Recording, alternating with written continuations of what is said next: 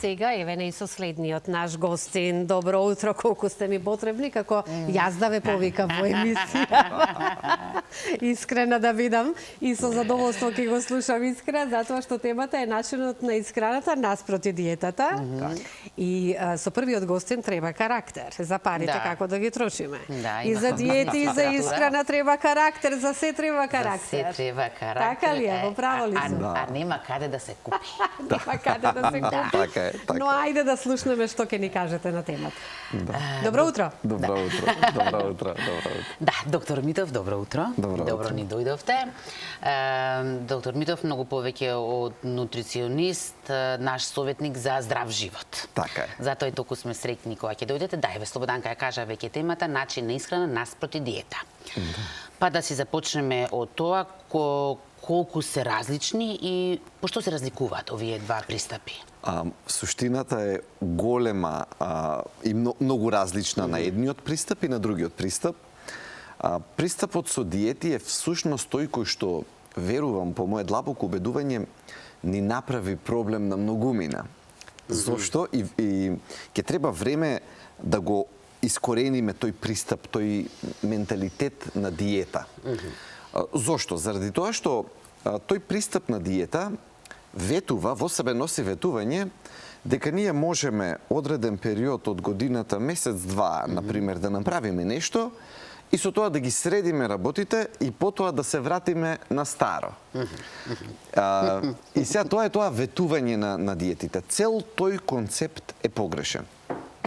Прво дава лажно ветување, дека е можно човек со краткорочен пристап да реши долгорочен проблем. Само по себе е парадоксално. Второ, покрај менталниот момент дека нели е погрешно и дека не става во една голема заблуда, вториот исто така сериозен момент е тоа дека здравствено ние можеме преку диетите да си направиме проблем. Тоа одење, нели познато јојо нагоре надолу со телесната тежина, не е едноставно, има негативни ефекти врз нашето тело. Едно е човек да ослаби, меѓутоа кога повторно ќе се поправи, кога пак ќе ослаби и кога ќе оди нагоре надоле неколку пати по таа линија, тоа веќе си влијае целокупно на нашето тело. Наедноставно кажано влијае на кожата, меѓутоа не само на кожата, влијае на цело тело. И трето, тој пристап на диети му ја руши довербата на човек во самиот себе си, што може би и најголемата штета од сето тоа. Зошто? Заради тоа што диетите сами по себе се мачни. Значи, тие сами по себе подразбираат дека човек сега треба да се стегне, па да не го јаде ова, да не го јаде ова и нели да имам низа на ограничувања. И кога ќе помине низ тој период, ќе се изнамачи и после некое време пак ќе се врати по старо и ќе јаде и ќе се ја врати тежината, човек е во ризик да престане да си верува самиот себе си, да ги намали очекувањата од самиот себе си, а тоа е можеби и најголемата штета од овие три што ги спомнав. Тоа е пристапот на диетите. Но сепак е разбирливо тоа, така на некој начин. Како да... Сите сакаме побрзо да завршиме работа. Секако. Меѓутоа треба да разбереме, знаете, ако ние некој проблем во врска со здравјето, еве нека е зголемената телесна тежина, сме го создавале една деценија, две децении, 3, 5, 7, 10 години, колку и да се, не треба таков притисок да си ставаме на себе си и да очекуваме дека тоа ќе го решиме на здрав и правилен и паметен начин во рок од месец, 2, 3. Значи, треба да ја видиме должината на периодот кој што не довел до оваа состојба и сразмерно да го споредиме. Не велам дека тоа ќе значи ако ние 10 години дека сме се поправили уште 10 да слабееме, не е тоа, меѓутоа секое слабење треба човек, сега зависи од каде почнува, нели? Малку општо зборуваме, но човек не треба да отиде пониско никако од 3 месеци ако си прави план. А ако е малку поголема телесната тежина во однос на тоа што тој смета дека му е нормално, тогаш минимум 6 месеци. Значи, од тука треба да почнеме и треба да поставиме реалистичен период пред нас, реалистични цели, такви кои што ќе создаваат еден позитивен притисок во однос, нели, да имаме некоја цел. Например, ќе си речеме еве на 1, не знам, јули, сега така да си дадеме доволно барем мај, јуни, јули. Старите одмори се претходно, јуни готово сакаме. се, тоа требало во јануари да си ги поставиме тие за во јуни. Но да си дадеме или до нова година, зависи од каде почуваме. И кога до нова година ќе си кажеме дека јас би сакал до нова година да имам 15 килограми помалку. Тука е многу важно човек да влезе специфично. Ако веќе сега дојдовме до делот на поставување на цели. Првата работа што ја кажав е да си дадеме реалистичен рок. Најмалку 3 месеци, подобро 6. А ако пристапиме и до 1 година, уште подобро. Заради тоа што Но така да не се пуштиме во не, ако си затоа велам сега е вториот момент каде што велам да го тоа сето да го конкретизираме, односно да го оставиме во една реченица, да си ја напишеме може и да биде се залепиме на фриждер, да. До 1 јануари следнава година или до 31 декември оваа година 15 килограми помалку. И сега тоа ако ние го разлееме низ тие неколку 6-7 месеци, 8 колку што ни остануваат, тогаш тоа ќе делува дека треба да бидат, нели, 2 до 3 килограми на месец. Сега тоа е веќе многу пореалистична. При тоа првиот месец ќе ослабиме многу повеќе отколку наредните. Меѓутоа тоа е првото нешто кое што човек може вака во добар временски период да си постави убави цели. И сега е следното што треба да прави, нели, тоа е всушност на што преминуваме.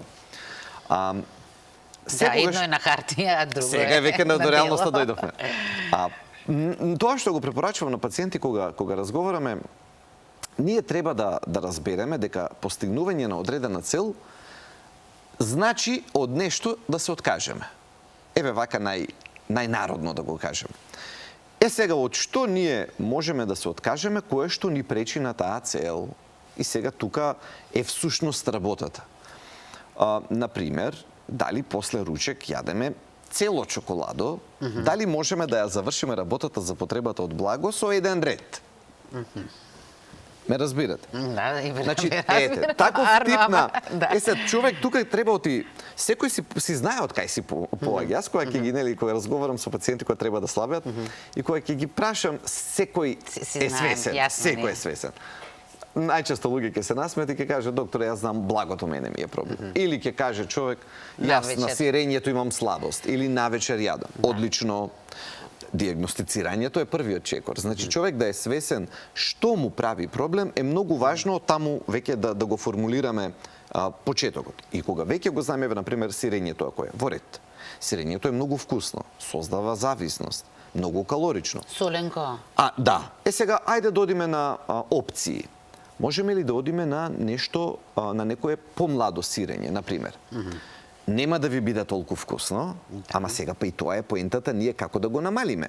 Затоа реков, мораме од старт да си го поставиме прашањето од што сум спремен да се откажам. Инаку ако ние мислиме дека на ист начин ќе тераме, ќе се стегнеме 2-3 месеци ништо и после пак ќе се вратиме на старо, тоа е тој стар пристап, ништо нема да направиме. Освен малтретирање, пак поправање, слабење, пак малтретирање, пак поправање, мислам дека човек не е разумно да оди во тој правец. Сега кога веќе еве сирењето ако не е проблем. Можам ли количините да ги намалам? Можам ли урда да користам наместо сирење? Односно да замениме нешто кое што ќе ме потсеќа на сирењето, но количините ќе бидат намалени. Или сега лебот. Например, ако сме навикнати на тој класичен бел леб, можеме ли да го замениме со поздрава опција? Или ако многу често одиме многу пати кај нас, особено луѓе зафатени што работат бизнис, кафана име канцеларија. Да. За кафаната зборуват Втордом. како за канцеларија. Да. Оти со станоците се таму и сето тоа.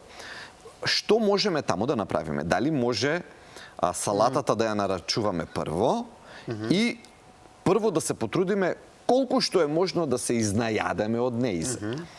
Желудникот е ограничен простор. Ние ако го исполниме со салатата на почетокот, веројатноста дека ќе остане простор за помалку е голема. Сакам да речам, кога човек ќе си постави еден реалистичен период, 3, 6, 12 месеци, ќе си зацрта цел и ќе си го постави прашањето еве сега на масата кои ми се проблемите, од што можам да се откажам, што можам да намалам, што можам да заменам и сега што да додадам. Ама сепак е полесно тоа отколку да се откажеме од се. Така. Секако. Јас само треба да сме трпеливи со рокот. Значи, луѓето ги тера влегување во диета само кога ќе им запне работата дека леле сега до 1 јануари, до 1 не јануари, до 1 јуни, до одмори, до ова, до она, леле. До костумот за капење. Така, и сега кога ќе дојде тука ситуацијата, таму се прават грешките. И кога човек ќе е спремен да си даде реалистичен рок и да почне да го работи тоа, резултатите се многу по-здрави, но и многу по-трајни. Оти вие кога И помалку нервозни сме. апсолутно, секако. Но на моментот, например, нашите тела не го сакаат слабењето општо, иако е поздраво да бидеме послаби. Меѓутоа, процесот на слабење нашите тела го доживуваат како шок. Треба да сме свесни за тоа. Сака да си акумулира организмот, така? Па не, особено ако го изненади. Заради тоа што нашите тела сакаат стабилност, сакаат најава во исхраната, колку, како што, и почуваат да наоѓаат некој баланс според моменталната состојба. Наглото повлекување на бројот на калории, например, е сигнал за телото, кое што не знае дека ние сега диета ќе тераме, туку е сигнал дека нема храна, дека снемува храна. Кога ќе види телото дека е таква состојбата, ќе активира механизми на штедење, на промена на метаболизмот, нели, едноставно се брани, се штити и бара начини како тоа што го затекнало сега одеднаш да снема храна, не знаејќи дека ние сме влегле во диета, и затоа после диетата на втората, на третата недела, Не јадам ништо, а не ефектите слабеам. веќе се намалуваат, бидејќи телото се адаптирало, а кога го има овој подолг период, 3, 6, 9, 12 месеци, На тоа ќе се навикне. се адаптира постепено и ја нема таа одбрамбена реакција прво да се појави. И затоа јас секому му препорачувам, и сега тука ќе се постави другото прашање. Што можам, нели, ова беше Што да дадеме. што да сега, исфрлиме, така? ама сега што и да додадеме. И тука идеалното нешто кое што, ако не го правиме, е степенот на физичка активност. Ако ние веќе немаме знаете, оти луѓето одма замислуваат, леле, треба да слабеме и сега тоа значи брокули, марули, не мора да значи така. Иако и тоа се здрави работи човек ако сака да ги јаде. Ама не е црно-бело. Не е сега јас терам вака, супер ми ја уживам, ама тоа значи дека има вишок телесна тежина. Сега треба од белово во црно да влезам, па да се малтретирам, да ми биде храната блуткава, без вкус, без нешто. Не мора да биде така. Пристапот може да биде етапен, природен и само тој е одржлив. На долг рок. Ако сакаме вистински здрав начин да ја намалиме телесната тежина, и затоа ја цело време зборувам, начин на исхрана, Нели, тоа е тоа кое што ќе ни помогне да стасаме до целта одржливо и здраво. Инаку слабење само по себе ќе се постигне не на еден, на милион начини. Сакам да поставам едно многу важно прашање. Споменавте дека кај некој го се акумулираат од 10 години, 20 години. Сакам да ве прашам за децата. Така.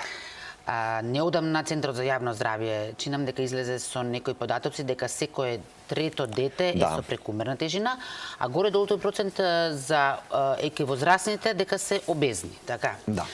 Јас сакам да прашам, дали тоа значи дека нашите здрави навики кои што ние ги имаме се нездрави и тие истите нездрави навики им ги пренесуваме на децата? И кои се тие нездрави навики, каде најчесто грешиме? Децата се огледало на состојбите и во општеството, и во државата, и во семејството. Што јадат родителите, тоа си јаде и детето. И плюс тие се искрени, па и ќе си кажат. Така што нема возрастните, може би малку ќе ги направиме работите поинаку да изгледат, меѓутоа кај децата ќе добиете тоа што е вистината. За жал повеќе фактори се, не се еден и два, и ние треба паралелно на повеќето да работиме. Првиот момент е децата треба да се тој пристап до хиперкалорична храна. Разноразни храни кои што се многу калорични, чипсот особено, значи тие се некои точки кои што видите, ако дете јаде многу манџа, ќе се поправи, ама нема ефтен да се поправи. Ме разбирате. Чипсот со газирано сокче што е во комбинација? Така, и сега ние тоа ако го допуштиме еднаш во месецот на роден ден, е едно. Ама ако тоа е дома постојано во фиока, тоа е друго. Значи, дете е разбирливо, јас знам се расправам, знам што значи. Има точка до која што можете да затегнете, има точка до која што можете да забраните без при тоа други ефекти да направите негативни. Не треба сега и да го изолирате, по мое мислење, детето целосно и да го правите до толку различно од неговите врсници во делот на храната. Меѓутоа, тука мора да има одреден баланс. Значи, не зборуваме па ни за тотално попушнење. Значи, тоа е првиот проблем. Присуството на хиперкалорична храна. Дете може во 5 минути да внесе калории, како што ние во нашето детство не сме можеле во 3 дена да ги изедеме. Значи, толку има храни кои што во себе носат многу калории. Тоа е прв момент. И затоа не е лошо родителите да И почнат... изборот е многу поголем сега, Многу. што беше и попримамлив, така, И подостапни се тие работи, да. Тоа е првото нешто, да пазат родителите на многу концентрирани извори на калории. Оти човек може да пази и во 15 минути да ја растури сликата за цел ден. Значи, сакам да речем, некогаш тие хиперконцентрирани храни со калории за кратко време ќе направат белја. Тоа е прво. Второ, генерално децата се привлечени повеќе кон компјутерите, кон телефоните, тоа не го кажувам јас, сите го знаеме. Меѓутоа, правејќи го тоа, тие не се надвор, не трчаат, не се движат, не се активни. Тука е вториот момент каде што треба да го вратиме моментот на детето повеќе да биде физички активно. Има милион начини, родителите треба да бидат креативни. Ќе го запишеме ли на карате, ќе го запишеме ли на кошарка, на фудбал, на индивидуални спортови, на пливање, на што и да е. Или ќе воведеме часови на забрана на апаратите. Или ќе стимулираме повеќе дружење на некој начин. Тоа е на креативноста на секој родител оставено. Да, но со оглед на тоа што ова очигледно веќе не е индивидуален проблем, ова е колективен проблем. Дали може некоја стратегија смета дека треба да се... Да, секако видите. Тука се опции, веќе тука државата може да влезе во тој дел и според мене главно треба да се насочи. Знаете, јас сакам реалистични мерки кога зборуваме веќе за тој пристап. Не да ги филуваме работите кога за тоа веќе зборуваме, и таму е јасно дека цената е пресудниот фактор. Односно, државата може да ги регулира цените во тој дел, додавајќи им такси на нездрава храна, даноци на нездрава храна. Како што цигарите се сака да речеме. Впрочем, знаете, државите се борат со пушењето од 70-тите, 80-тите години од минатиот век. Ние веќе имаме документација, литература научна од јавно здравје за борба со цигарите од 40-ти на 50-ти на години и е кристално јасно дека како што покачувањето на цената на цигарите удира по бројот на луѓе на користење на цигари, ништо друго не го прави тој ефект. Ние ќе едуцираме, ќе збориме, ќе правиме кампањи, ќе ставаме страшни слики, сето тоа ќе го правиме. Ама кога ќе се покачи цената на цигарите, тоа си има ефект.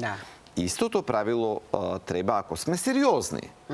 Знаете како едно е, нели ние на Балканот многу пати знаеме едно да го збориме леле, децата се поправени ова она, меѓутоа ако ќе дојде да треба да направиме некоја реална мерка, сега тоа баш сега ли, мора ли, нели, не боли. А ако веќе сме сериозни околу здравието на децата и проблемот со колективно, без при тоа дома родителите да ги оставиме сами да се мачат, тогаш, например, цените може да се зголемат. Начинот на рекламирање може да се таргетира. Што е дозволено, што не е дозволено. Има земји кои што не дозволуваат овие јасно нездрави храни да бидат таргетирани кон деца рекламите.